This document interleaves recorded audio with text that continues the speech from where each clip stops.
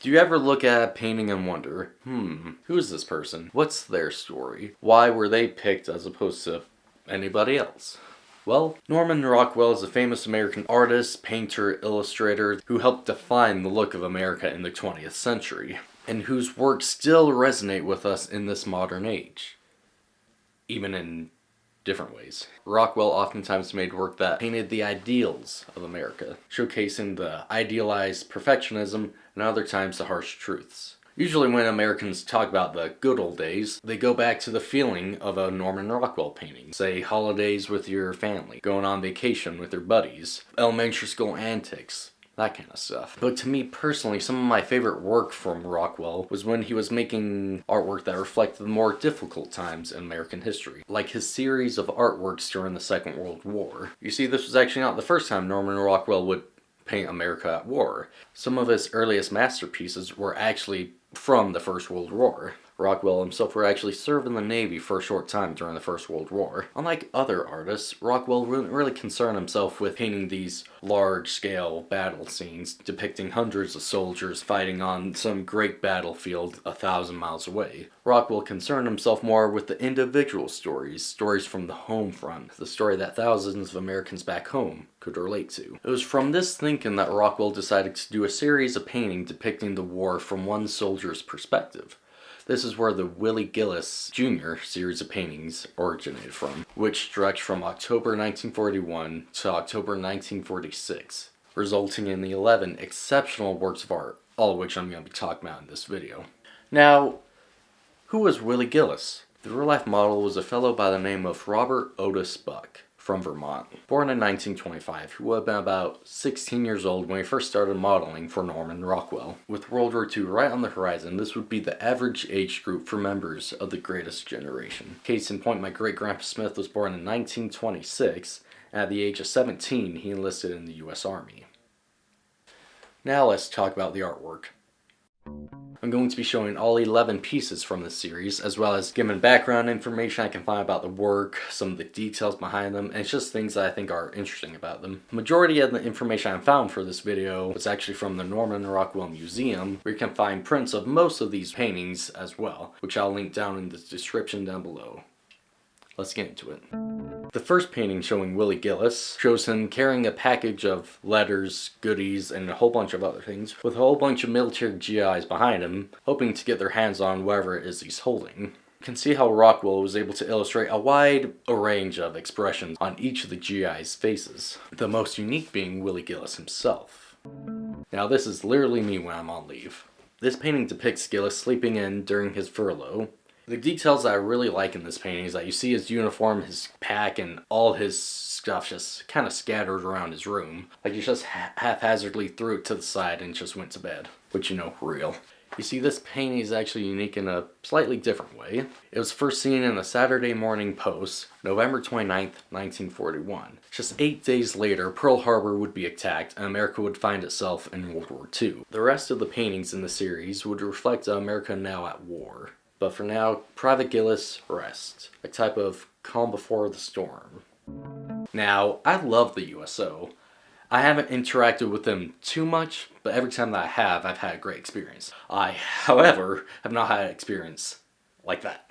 Again, the expressions that Buck was able to convey and the skill that Rockwell had to capture them on canvas is just freaking chef's kiss. So the unique thing about this cover is that it would actually be distributed to USO clubs all over the world. And I assume it's probably still popular because it is very likely that our grandfathers and great-grandfathers saw this image while they were waiting in USOs, which I think is pretty cool. Now this is arguably the most famous painting in this entire series of work. It shows Private Gillis on kitchen patrol, but is completely enamored with this newspaper showcasing what's happening in his hometown. In the bottom we can see a letter which we can assume is from Gillis's father, and might I just say, look at the details on this painting. From the peels to the wording on the paper, and look at the little writing that is on the newspaper. There's so much stuff that happens in these paintings. It is unreal. And some people say Norman Rockwell isn't a real artist. I have but one thing to say to you.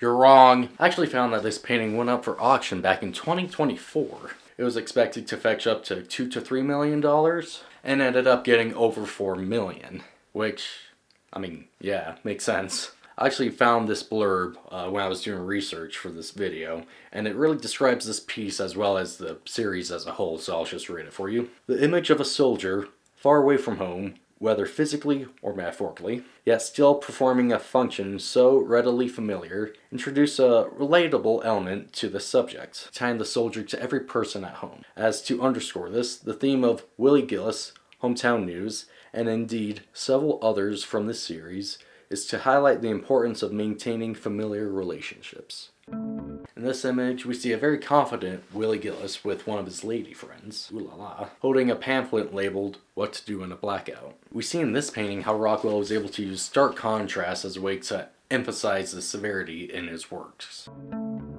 Now, this painting is very special to me because it was one of the main reasons why wanting to make this video. It's actually one of my favorite paintings of all time, as a matter of fact. This is one of Rockwell's more objectively religious themed paintings, a genre he would go in and out of from time to time. We see Gillis in a church pew with a Bible by his side and with different service members around him, but not really next to him. You see some Navy individuals sitting in front of him and a Army First Sergeant sitting behind him. I really like the inclusion of the First Sergeant with his service stripes sitting behind Gillis in this image, because you can see from his rank and his service stripes that homeboy's been in for a minute, contrasting with the rankless and stripeless Gillis sitting in the main focus. Now, one more thing, because my army autism won't let me ignore it, the First Sergeant rank is not actually painted accurately. During World War II and still present in the modern day, the First Sergeant rank has 3 rockers on the bottom, in which, as you can see, this one only has 2.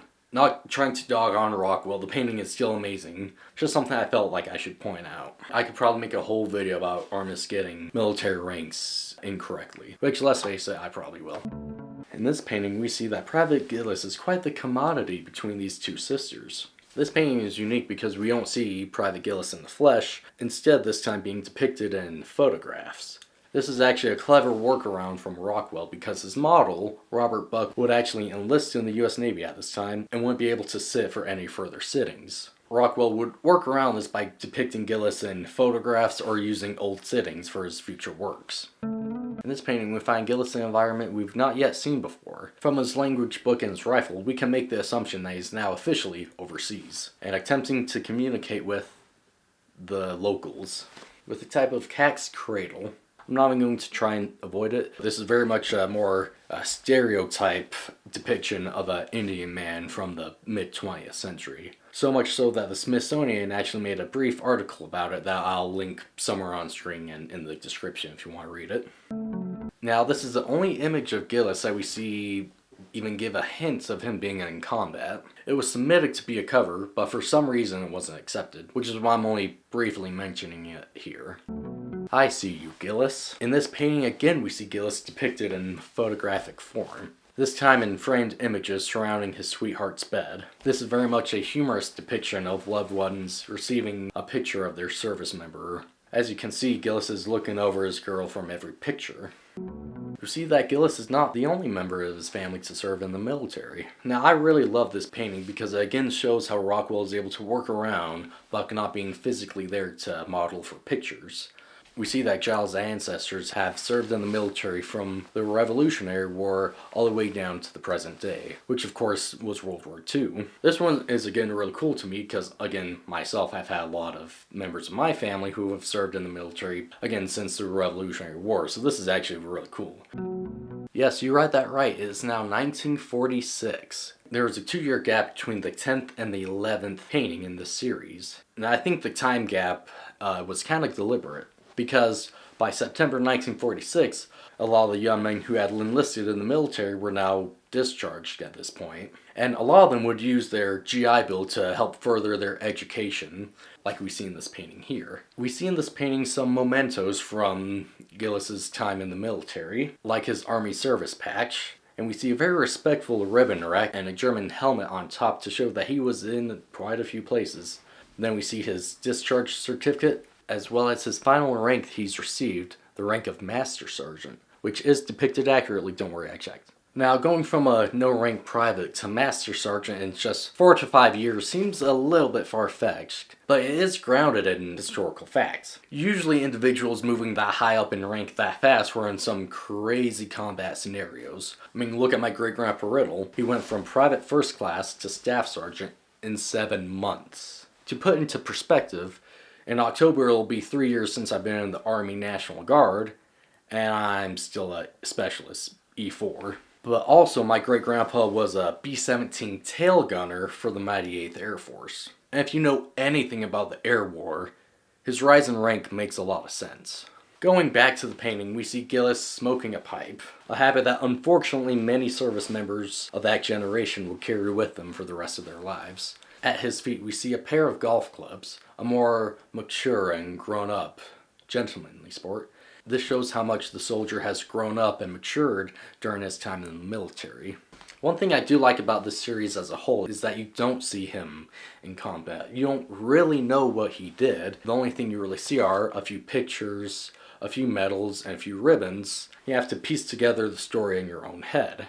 Now, a lot of service members don't really care to talk about their time in the military for, a variety of reasons. I'm not getting into all that right now, but especially veterans of the Second World War, and as you can see from his medals and as you can see from his ribbons and his rank and all that he was almost certainly in a lot of intense, dangerous places. And a lot of times these guys would just simply not want to talk about it, so it leaves us, their grandchildren, great-grandchildren, to kind of piece together the puzzles with the information we have, like their discharge papers, their ribbons, their letters, stuff like that. I believe that these series of paintings, indirectly of course, reflect a lot of the personal feelings of the individual soldiers who served during World War II. I think that that's one of the reasons why I like it so much. Now, I actually want to talk more about the model of these artworks, Robert Buck. He actually had a medical deferment which prevented him from being drafted. Rockwell had hoped that this would keep him stateside during the whole war so that he could, continue to make these illustrations and paintings. But Buck got tired of sitting at home waiting for the war to happen, and in 1943 he enlisted in the U.S. Navy. When he was asked why he chose the Navy after being, the #1 pinup boy for the U.S. Army, he responded, "I prefer the Navy."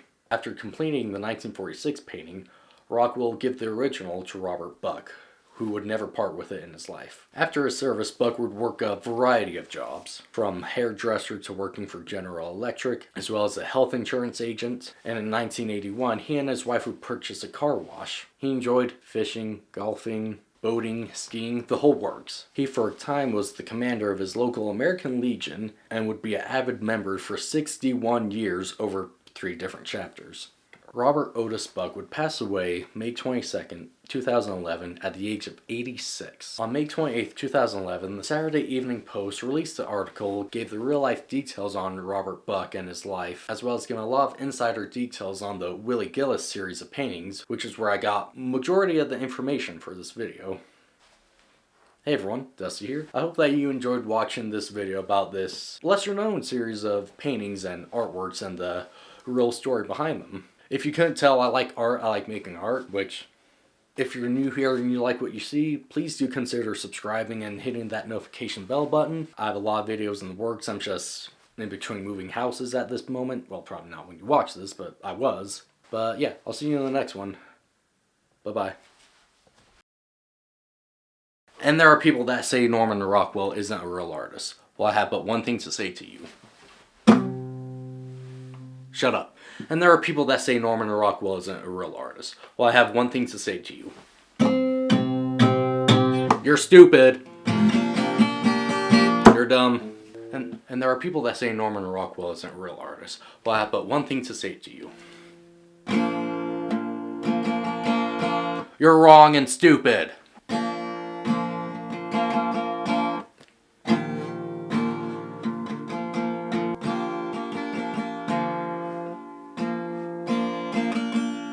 I have but one thing to say to you. You're wrong. You're wrong. That was way too much effort for a bit that might not even be in the video.